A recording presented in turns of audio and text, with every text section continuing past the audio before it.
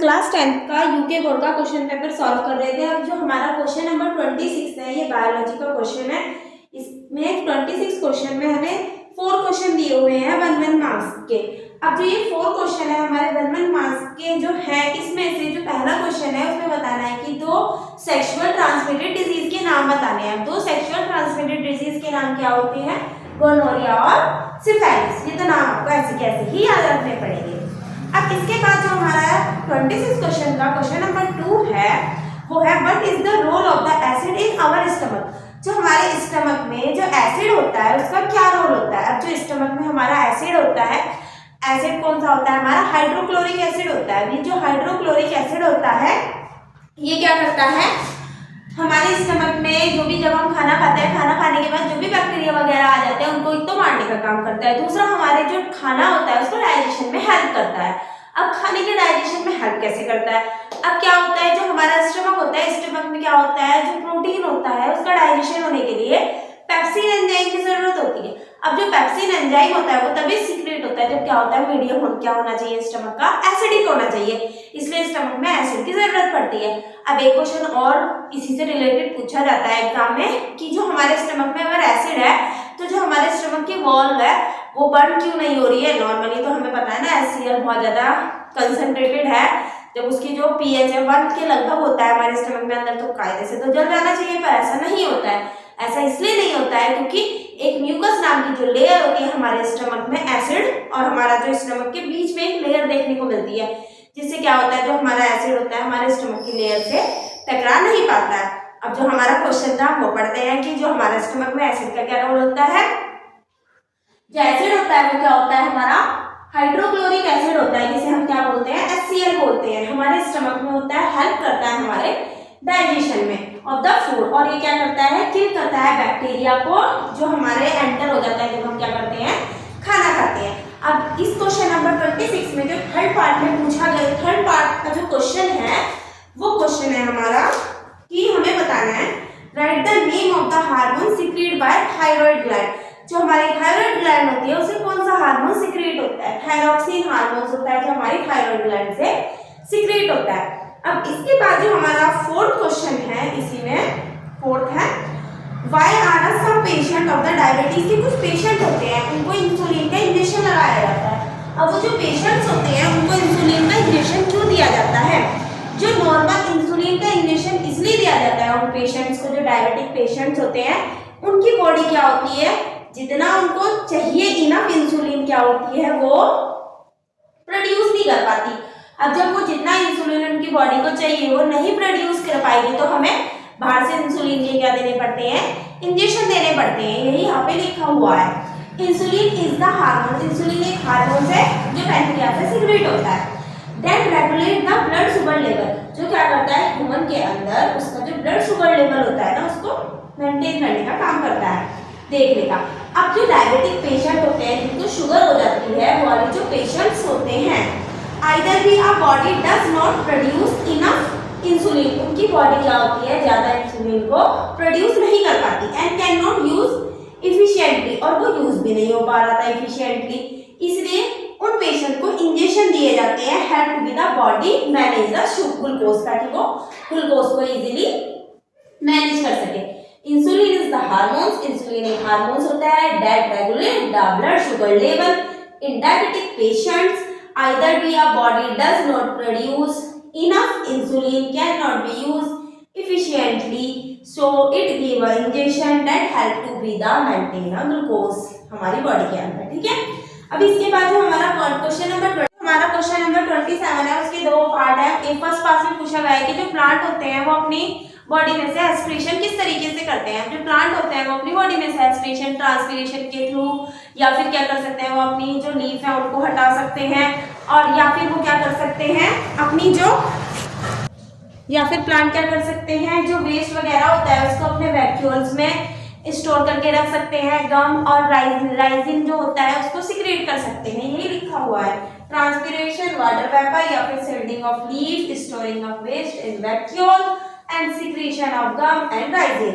अब इसके बाद जो हमारा यही वाला क्वेश्चन नंबर 27 का जो पार्ट सेकंड था उसमें उसने पूछा है कि जो मेंडल का थर्ड लॉ है उसके बारे में बताना है। जो मेंडल का थर्ड लॉ होता है उसे लॉ ऑफ इंडिपेंडेंट असॉर्टमेंट बोलते हैं। और मेंडल ने अपने जो 3 लॉ दिए थे, law of dominant, law of independent assortment and law of segregation, ये तीनों उसने जो एक्सपेरिमेंट किया था, उस जो मेंडल है उनको फादर ऑफ जेनेटिक्स भी बोला जाता है। और उन्होंने ये जो मटर के पौधे पर क्या करे थे, अपने 7 साल एक्सपेरिमेंट करे थे। अब हमें हमारा क्वेश्चन है लॉ ऑफ, हमें इंडिपेंडेंट असॉर्टमेंट के बारे में बताना है। अब जो मेंडल था उसने क्या करा था, जो पी प्लांट लिया था उसमें राउंड येलो सीड लिए। जो हमारे राउंड येलो सीड थे उसने उसे आर आर और वाई वाई बोला। और जो दूसरे वाले थे विदा P with हैवा wrinkled green seed की उसके साथ क्रॉसिंग करवाई। अब जब इसने व्रिंकल ग्रीन को क्या करा, स्मॉल आर आर और स्मॉल वाई वाई कहा, ये क्या है हमारे राउंड येलो और ये क्या है हमारे व्रिंकल्ड ग्रीन। जब इन दोनों के बीच में क्रॉसिंग करवाई तो जो हमारी F1 जनरेशन में जितने भी प्लांट आए वो सारे हमारे क्या आए, राउंड येलो आए। और जो हमारी F2 जनरेशन थी उसका हमें फिनोटाइपिक रेशियो देखने को मिला 9:3:3:1। तो हम अभी बना के देखेंगे। अब हमने जब F1 जनरेशन बनाई,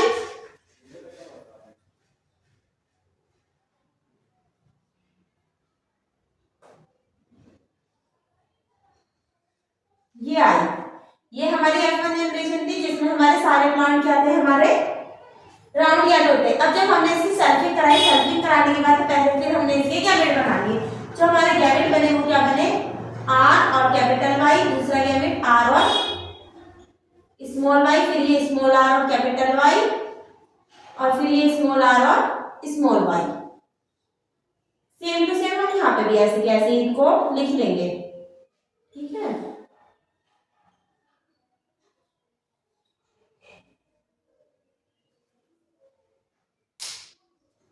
मार्कर कहाँ है,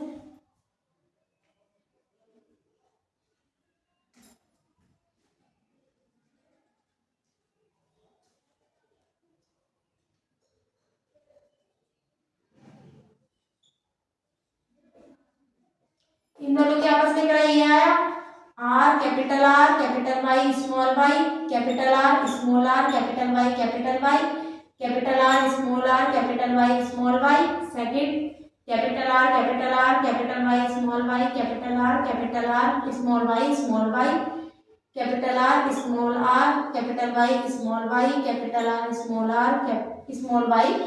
वाई। फिर capital small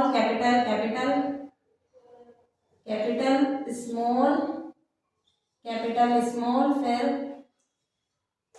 sorry small capital Y, small R है ना, स्मॉल आर कैपिटल वाई, फिर स्मॉल आर और capital Y small Y. Then capital R capital Y small Y, फिर हमारा capital R small Y, then small capital small सब कुछ small. अब हमारे पास इस तरीके के हमें स्ट्रक्चर देखने, अब हम देखें तो जो हमारे पास हमें पता चल गया, हमारे को ना 2 कैरेक्टर कुछ न्यू देखने को मिले। हमें पता है इतना कि जो हमारा आर वाई है इसका मतलब क्या होता है, हमारा राउंड येलो। तो राउंड येलो का मैंने सिंबल इस तरीके से बना दिया। और फिर हमारा कैपिटल आर और हमारा स्मॉल वाई। अब कैपिटल आर का मतलब क्या होता है, हमारा राउंड, और स्मॉल वाई का मतलब क्या होता है, हमारा ग्रीन। इसका सिंबल कुछ इस तरीके से डिनोट करने के लिए बना लिया। Small R capital Y, small का मतलब क्या होता है, हमारा रिंकल्ड, और कैपिटल वाई का मतलब येलो। इसको मैंने इस तरीके से डॉट से डिनोट कर दिया। फिर स्मॉल आर स्मॉल वाई का मतलब क्या है, मेरा रिंकल्ड ग्रीन। इसको मैंने ऐसे डॉट से दिखाया। अब देखो कैपिटल आर कैपिटल वाई यानी कि round yellow, capital R capital Y round yellow, capital R capital Y round yellow, capital R capital Y round yellow, capital R capital Y round yellow, ये तो नहीं है, छोड़ दो। Capital R capital Y round yellow, नहीं है, छोड़ दो। Capital R round Y round yellow, round yellow. अब ये कुछ अगर मैं इसका, ये हमारे पास टोटल 16 बॉक्स थे कुछ इस तरीके से। ये मैं पहले बनाना भूल गई थी, ये तो हमारा ठीक है। अब हम देखेंगे एक उल्टा ट्रायंगल बन रहा है जो हमारा राउंड येलो का बन रहा है।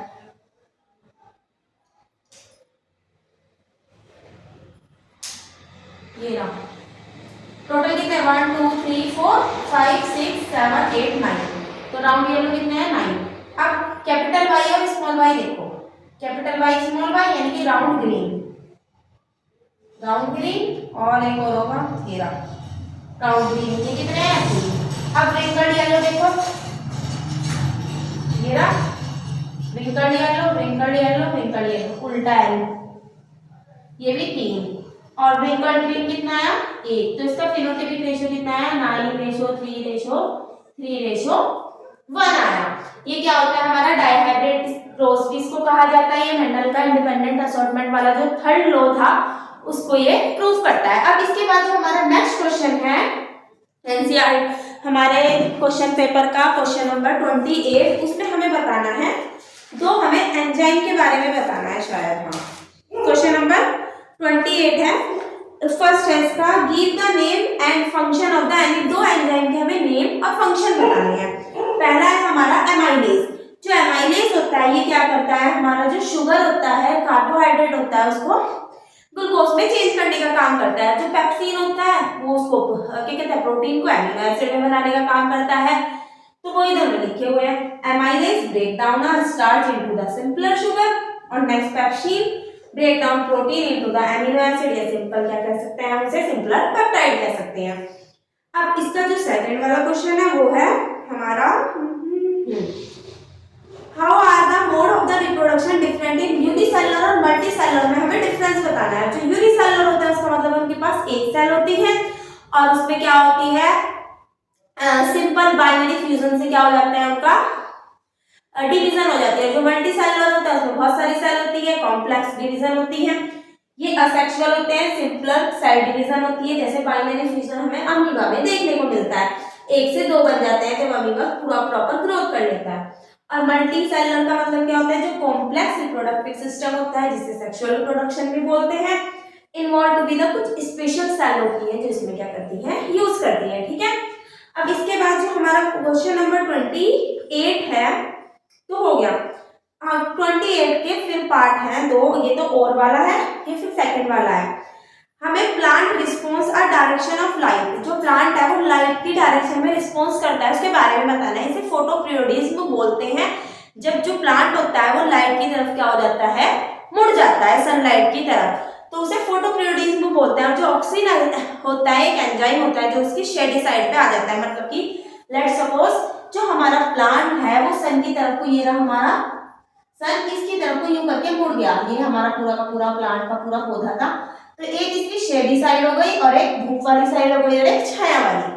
अब जो प्लांट की शूट होती है ग्रो टुवर्ड द लाइट, वो लाइट की तरफ को यूं जा रही होती है, ये सूरज है अगर हमारा, because the hormones oxygen hormones होता है जो क्या करता है ऑक्सीनेट करता है शेडी साइड में, जहां पे छाया वाली साइड है। यहाँ पे तो धूप पड़ेगी सूरज से और ये छाया वाली साइड होगी, तो ये causing a cell to be the innate a more rapidly bend हो जाएगी, उसके कारण बिल्कुल से मुड़ जाती है। And shoot toward the right source, और लाइट जिधर का सोर्स होगा उधर की तरफ को चलती है, मतलब कि जो लाइट की तरफ को जो प्लांट होता है वो बेंड कर जाता है और जो हमारा ऑक्सीन हार्मोन्स होता है वो शेडी साइड में हमें देखने को मिलता है। इसे फोटोपीरियोडिज्म बोलते हैं। अब इसका जो हमारा सेकंड क्वेश्चन है इसमें हमें बताना है डिफरेंस बिटवीन द ऑटोट्रॉफ और हेटेरोट्रॉफ में डिफरेंस बताना है। जो हमारे ऑटोट्रॉफ होते हैं वो अपना खाना खुद बनाते हैं, जिसमें प्रोड्यूसर आता है, फोटोसिंथेसिस करते हैं। फोटोसिंथेसिस क्या होती है, जो प्लांट्स होते हैं वो सनलाइट की और क्लोरोफिल की प्रेजेंस में वाटर से और कार्बन डाइऑक्साइड से रिएक्ट करके ग्लूकोज को बनाते हैं और ऑक्सीजन गैस को निकालते हैं। हेटेरोट्रॉफ क्या होते हैं, जो ऑटोट्रॉफ पे डिपेंड करते हैं। ठीक है, ये लिखा हुआ है प्रिपेयर देयर ओन फूड, ये अपना खाना खुद बनाते हैं, इनके पास क्लोरोफिल होता है, ये फोटोसिंथेसिस करते हैं दिन के समय। Heterotroph depend to be the another organism पे डिपेंड रहते हैं, इनमें क्लोरोफिल नहीं होता है और ये क्या करते हैं food intake can not be Enid, ये अपना खाना किसी भी समय खा सकते हैं। ये तो दिन में ही बनाते हैं ना, तो खा रहे हैं। हम लोग क्या है हेटेरोट्रॉफ में जितने भी प्लांट है वो सब प्रोड्यूसर है, और जो भी एनिमल है वो क्या होते हैं हमारे हेटेरोट्रॉफ होते हैं, क्योंकि वो तो नहीं खा रहे हैं। अब हेटेरोट्रॉफ में हमारे हार्बिवोरस, कार्निवोरस, ओमनिवोरस कोई भी आ सकता है। ठीक है, अब इसके बाद हमारा क्वेश्चन नंबर 29 है, ये हमारा फिजिक्स का क्वेश्चन है जिसको हम अभी कर रहे हैं बोर्ड को रख करके, ठीक है।